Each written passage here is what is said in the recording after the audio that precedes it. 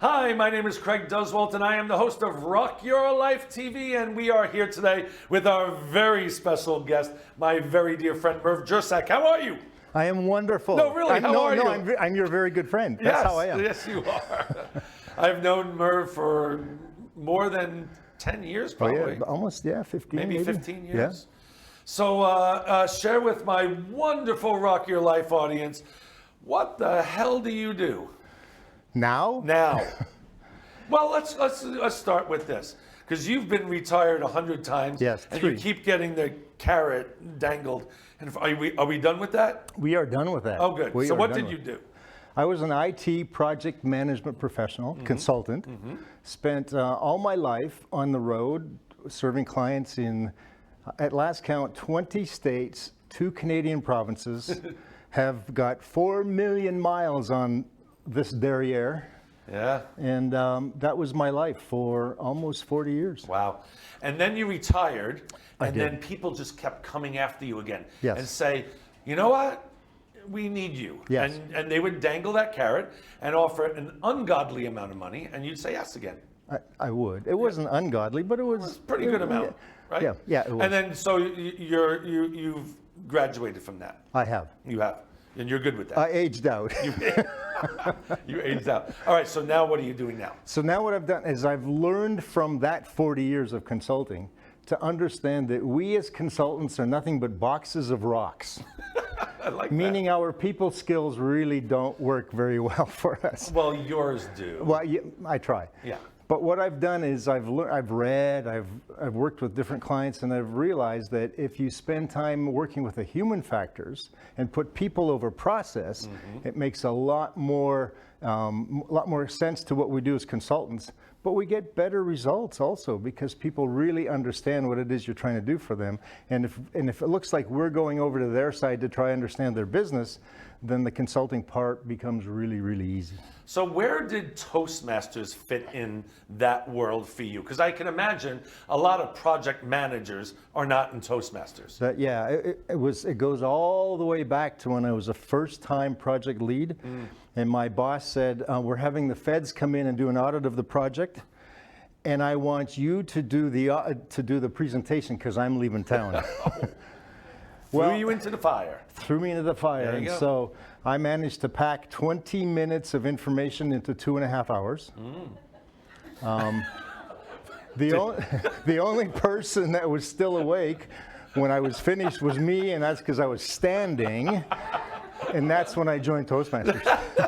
You said, I got to make this a little bit more interesting. Yes. Yeah. So you are a great speaker. You have spoken on my stages. You have spoken on a lot of stages. And you're very comfortable in front of a camera or on stage. Did that lead you to making your podcast world easier for you? I think it did because I'm able to, well, like, you and I can kibitz and we can get serious, but I think part of that also work, because I do work with a colleague who used to work for one of the big semiconductor manufacturing. So he was also IT. I come at it from consulting. He comes at it from manufacturing. And so we spent a lot of time going back and forth on the podcast. So I think it did make it a lot easier. Yeah. It's easy. What's the name of the podcast? I knew you were going to ask me that because we've changed it so many. No, it's Project Managers Coffee Chat with Merv and Tim. I love that. And and now get this, people.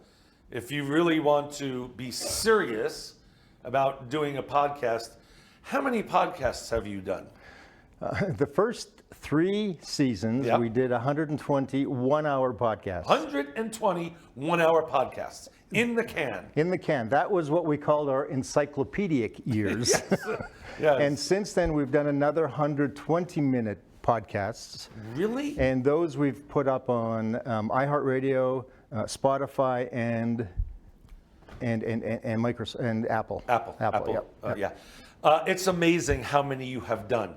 I mean, seriously, we try to teach people to do one a week, and so how do you find balance between doing that? That's a 1 hour episodes, this planning, what we're going to talk about, doing the episode, getting it ready, putting it on YouTube. How are you balancing that and your personal life?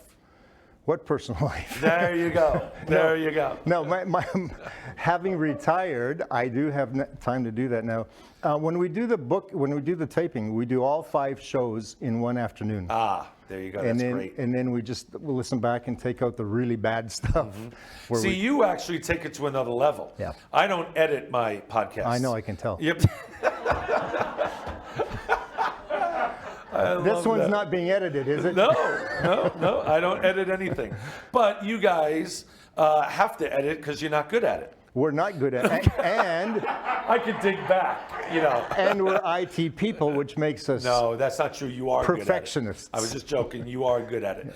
You guys are great at it, which is amazing that you could do a 1-hour podcast and people actually.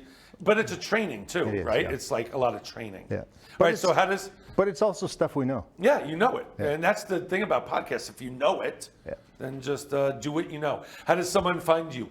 Find me on peoplefirstprojectmanagement.com. That's the website. That's the website. And if I want to watch your podcast, it's on iHeartRadio, all Spotify. Those, and is the YouTube? You have it on YouTube where the video? The first 3 seasons are. The 4th one is coming. Oh, good. Okay. Yeah, it's on YouTube. And what's the name of the podcast? One more time. Project Managers Coffee Chat with Merv and Tim. There you go. Thank you, Merv, for being on my show. Thank you. See you next week in another episode. That was awesome. I had to dig back. I know.